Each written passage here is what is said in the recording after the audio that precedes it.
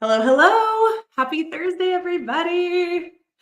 How are we today? I am so pumped. I'm pumped for many reasons.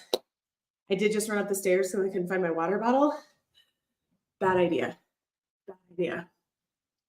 But why am I excited? I'm excited for numerous reasons. First, the reason we're meeting an hour early today is because after this, I have a sales boot camp that I'm attending. Very excited about that because I am not good at sales, you guys. I don't know, not good at it. So gonna get some advice there. And I'm super excited to share my wealth model with you guys. So let's jump into it because otherwise I'm going to just jump into it anyway. So I'm Brie Beers. I am an accountant. I've been an accountant for 20-ish years. I own Brie Beers and Associates. We are a Denver-based tax prep and planning firm I already said Denver-based. And we specialize in small business and complex individual returns. I'm also the founder of Peak Prosperity CFO, where we, excuse me, I shouldn't have run. We work with seven-figure business owners who are feeling stuck and wanting more work-life balance and more money in their personal bank account from their business bank account. So today, the wealth model. So let me start with, raise your hand. No, raise your hand. You can't raise your hand. Let me know if you've ever struggled with the fact that you started your business with a few goals in mind, right? You started your business to serve people, right? You had a great idea. You wanted to serve people, but you also started your business to either find some work-life balance that you couldn't find at a 9-to-5 job, or you wanted more money. You wanted to break that earnings ceiling that exists in corporate America, right? So you started with one of those goals and you're finding that you are working really long hours still, and you're seeing very little return on that investment of time. All right. And that's whether you have been in business for days, weeks, months, years, decades. We all find ourselves here somewhere. And oftentimes we find ourselves getting stuck here. We get stuck working really long hours in our business and seeing very little financial return on all that time we're putting into our business. All right. So me too. I've been there. I've done that. I've owned my tax business for 6.5 years. And I am just now finding this work-life balance that for me looks like working 30 to 40 hours a week and being flexible in those 30 to 40 hours a week, right? So that I can be a mom, be a wife, do the things I want to do, right? And 2024 is going to be the first year that I'll actually be taking home money for my business that aligns with what I believe running a successful business means, right? So for me, my goal was to take home 6 figures, right? That has been my goal, my first goal. And I've come close, but I've never hit it. And so 2024, we are set up for success, and we're set up so that it'll be the first year that I actually take home 6 figures in my business. And I'm super excited. So here's how I got there, right? Here's how I got from overworked and underpaid to finally working the amount of hours I want to work and taking home the amount of money I want to take home from my business. All right. And how I did this is as soon as I added CFO services to my offerings as an accountant, the first thing I did was make myself my first client, right? I started advising myself, adjusting my business, using the strategies and concepts that I've learned throughout the years, and along with the new stuff I've learned. So for those of you that don't know, I've been in tax for a long time, probably 10 or more years, but I was in financial accounting before then.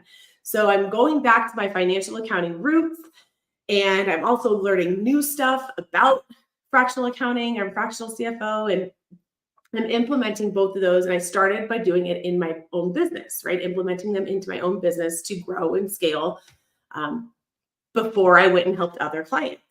And so I've tweaked the processes and kind of looked at what I've been doing for myself, what I was doing for all my other clients.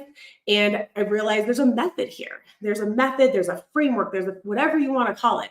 And so now I'm using this with my clients, and this is what I'm sharing with you today in hopes that you guys can start transforming your business into an asset that works for you instead of the other way around. So this is the foundation, you guys, that I use at Peak Prosperity CFO to help my CFO clients take home an extra $100,000 in their first year working with me. So that's my goal. That's like what I call my program promise. That within your first year of working with me, we'll get you taking home an extra $100,000. This framework, this wealth foundation that I created, is the basis for that. All right. And where this kind of stands, you guys, is there's this old world way of thinking. And I grew up thinking this. I still tend to fall into this trap of thinking that if you work harder, your business will succeed, right? Or you will succeed in whatever it is you want to do. You just got to work harder, got to work harder, got to work harder. And if you've been here with me before, you know, you've heard this spiel, right? Yes, you have to work hard, but it's not working harder. It's working smarter. That's going to get you over that plateau, over that hill, over that mountain. All right. So let's jump into the wealth model. I can't decide if I'm going to call it the model, the framework. I don't know. You're going to hear me talk about all of it. The important part is the wealth part. So first, the W. So the W is for what is your motivation? So what personal goals or dreams do you have? Your business was created as a vehicle to fund and to support your dreams, right? That's why we all got it. That's why we all started our business. I already talked about that, right? We started our business to give us work-life balance and to give us the money to fund our hopes and dreams, whether that's traveling, raising kids, buying a house, whatever that is. So you created your business as a vehicle to get you to those goals and dreams. But for most of us, that's not how it's working, right? We're working for our business instead of building a business that's working for us. And so the first thing you've got to do is figure out your why, right? And so what is your motivation? So this step is collecting all of your personal goals, dreams, hopes, aspirations, figuring out what it is you want at a personal level to accomplish. All right. So this has nothing to do with your business. Step one has absolutely nothing to do with your business. It's about you. All right. It's about you and what you want and what you need to live a fulfilling life. All right. So W is what is your motivation? The E is evaluate your business goals. So now what we need to do is look into our business and be like, okay, are the goals that we've set for our business driven by these personal motivations? And this is on different levels, right? So are your business goals allowing you to work the amount you want in the business, right? If the answer is no, there's got to be an adjustment there.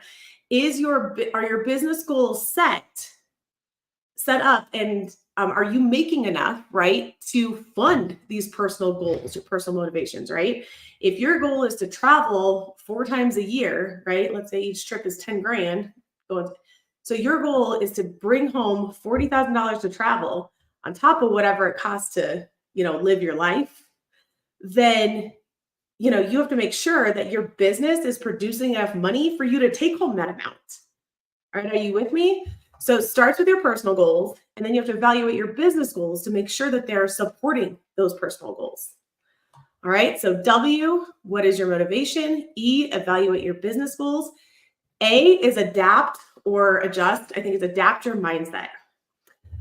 So if you've done any business, if you read business development books or personal development books or have a coach or go to any conferences, mindset is always a huge piece that we learn about, right? And especially now, we can easily get sucked into the doom and gloom, right? I mean, with mainstream media, with social media everywhere, right? We're just being bombarded with all the doom and gloom and negativity. All right. It's out there. It is, but it's so easy to get sucked into that. And the other piece of that is that we then start to get sucked into the scarcity mindset, right? There's not enough clients. The clients aren't going to pay me what I want. All those things. And what we need to do is move from that scarcity mindset to this abundance mindset. And what tends to happen when we get that scarcity mindset, right? Which scarcity mindset tends to happen when we get sucked into the doom and gloom of there's a recession, there's a downturn, right? We start cutting expenses, right? That's always the first step is got to cut expenses. But what that tends to do is it tends to lead to us cutting people and systems, and the systems that are making us the money, right? So we start cutting the people and the systems that are actually bringing the money in. And so while we're cutting the expenses, we're also cutting into our revenue. All right. So before you start, one piece to kind of get out of that scarcity mindset is to remember to think decades, not days. All right. Cutting expenses is going to help you in the days to come, right? You're going to have a little bit more cash, but in the long term, in the decades, it's going to hurt you. All right. So think decades, not days. What is going to help me long term? And then how do I adjust that to make sure it's also helping me in the short term? But decades, not days. And one thing to remember, and I told you guys this last week if you were here, that more millionaires and billionaires are minted during economic downturns than any other time in history. All right. So as we're getting sucked into the doom and gloom and scarcity mindset, and we're like, oh my gosh, we're never going to make it. No business is going to make it through here. Remember, they do. Millionaires and billionaires are minted during economic downturns. So how do we do that, right? How do we become that? All right. So the L is lean on your numbers.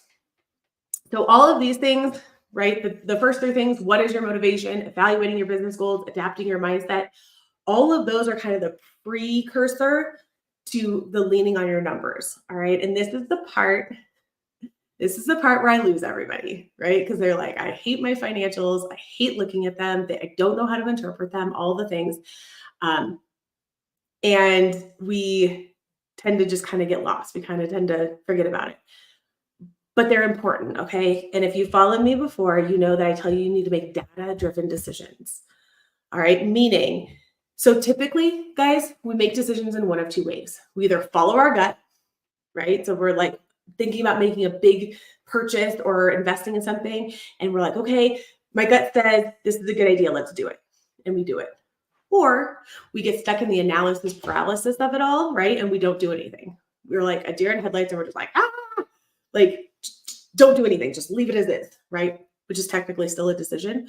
But what we need to do is make data-driven decisions. And how we do that is by looking at our financials, which is our profit. Well, there's a triad of numbers that are very important when you're making decisions. That's your profit, your cash flow, and your revenue.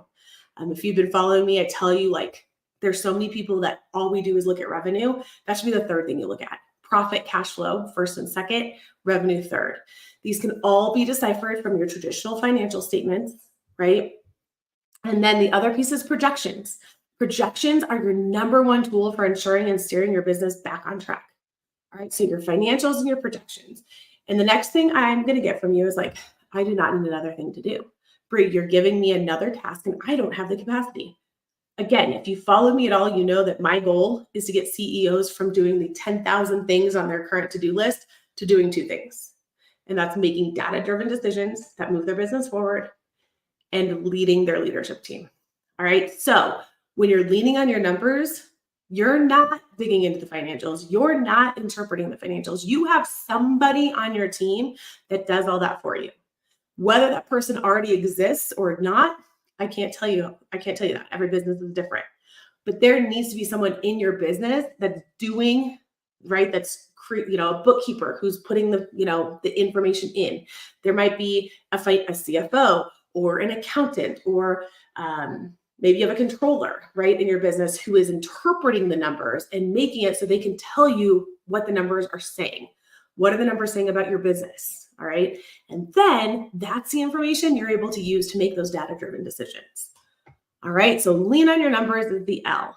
The next two stem from that. So there's kind of like the W.E.A.L.T.H, it's kind of the precursor. There it is, precursor.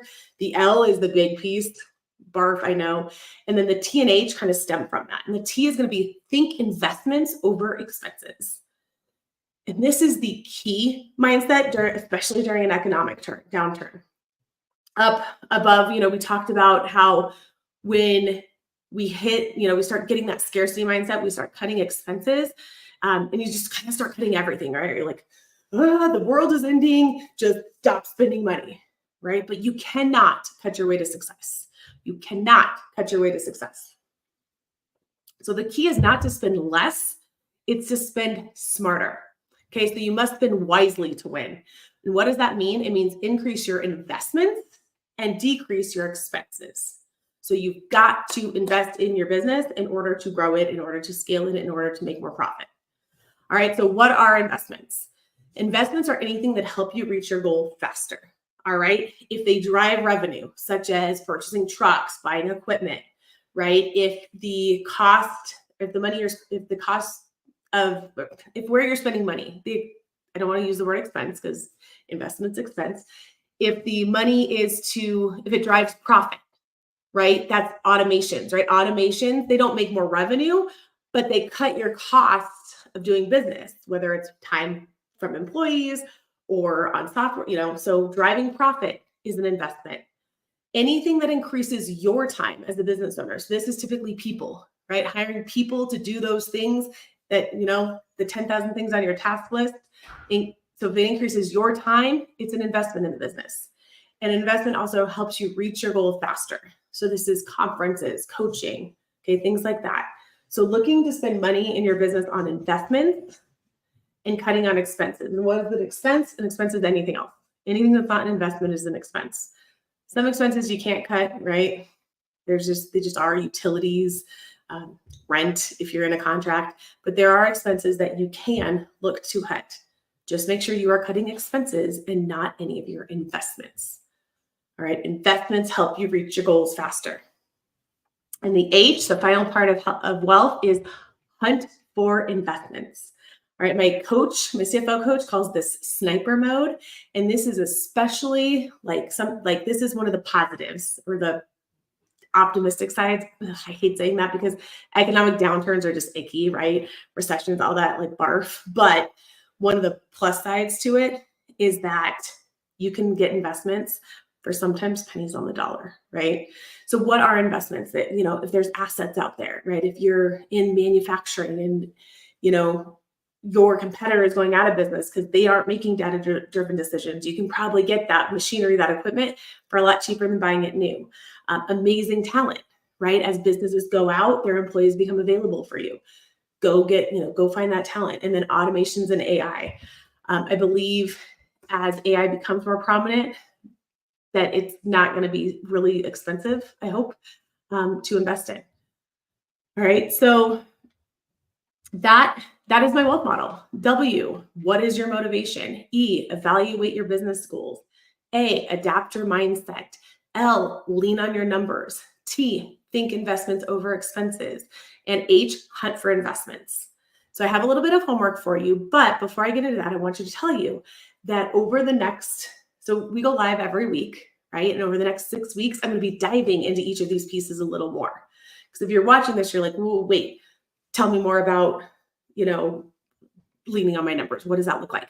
We're going to learn about each of these steps over the next 6 weeks. So really excited to dig into each one of those for you guys. So, but in the meantime, this is what I want you guys to do next. Okay. So if you were here with me last week's homework assignment was to identify your current investments and expenses where your business is spending money and look for expenses to cut. All right. So if you have not done this yet, start here. So what I mean, remember, look for investments, cut expenses. So investments drive revenue. So trucks, equipment. I use the same examples, sorry. Investments drive your profit. So anything that's any automations you have in your business, those are driving profit. Those are investments. Mark those as an I. All right. Increasing your time. So not most people, but people tend to increase your time as a business owner. So figure out, are your employees, are they investments, or sometimes they're expenses. I know, but yeah. And then our investments help you reach your goals faster. So there might be conferences and coaching in there that you can also evaluate, right? Like if you're like me and you love learning and you love, being coached, sometimes you over invest in conferences and coaching to the point where you're not taking advantage of what you're learning. So make sure, so there might be some expenses within those areas of conferencing and coaching. So it turns from an investment, guys, to an expense when you're not utilizing it and you're not benefiting from it, right? So if you're paying for some membership that you haven't logged into for 6 months, that's become an expense. It's no longer an investment. So first things first, last week's homework, go through your expense, go through your cost out, right? And determine whether the places you're spending money on are investments or expenses.